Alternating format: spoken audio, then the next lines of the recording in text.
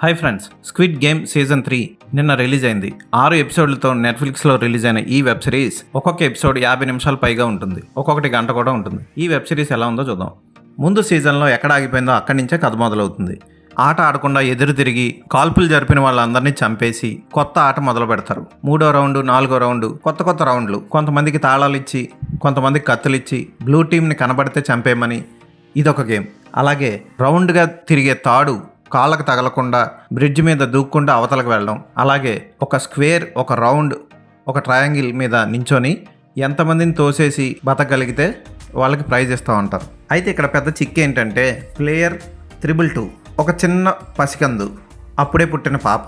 ఈ పాపను కూడా ప్లేయర్గా ఇంక్లూడ్ చేస్తారు. ఇలాంటి సమయంలో ఆ పాపను కాపాడడం కోసం హీరో ఏం చేశాడు, ఆ పాప తండ్రి కూడా ఏం చేశాడు అన్నది వెబ్ సిరీస్ చూసి తెలుసుకోవాలి. మరోవైపు ఈ గేమ్ జరుగుతున్న స్థలం ఎక్కడుందో తెలుసుకోవడం కోసం ఓ టీం బోట్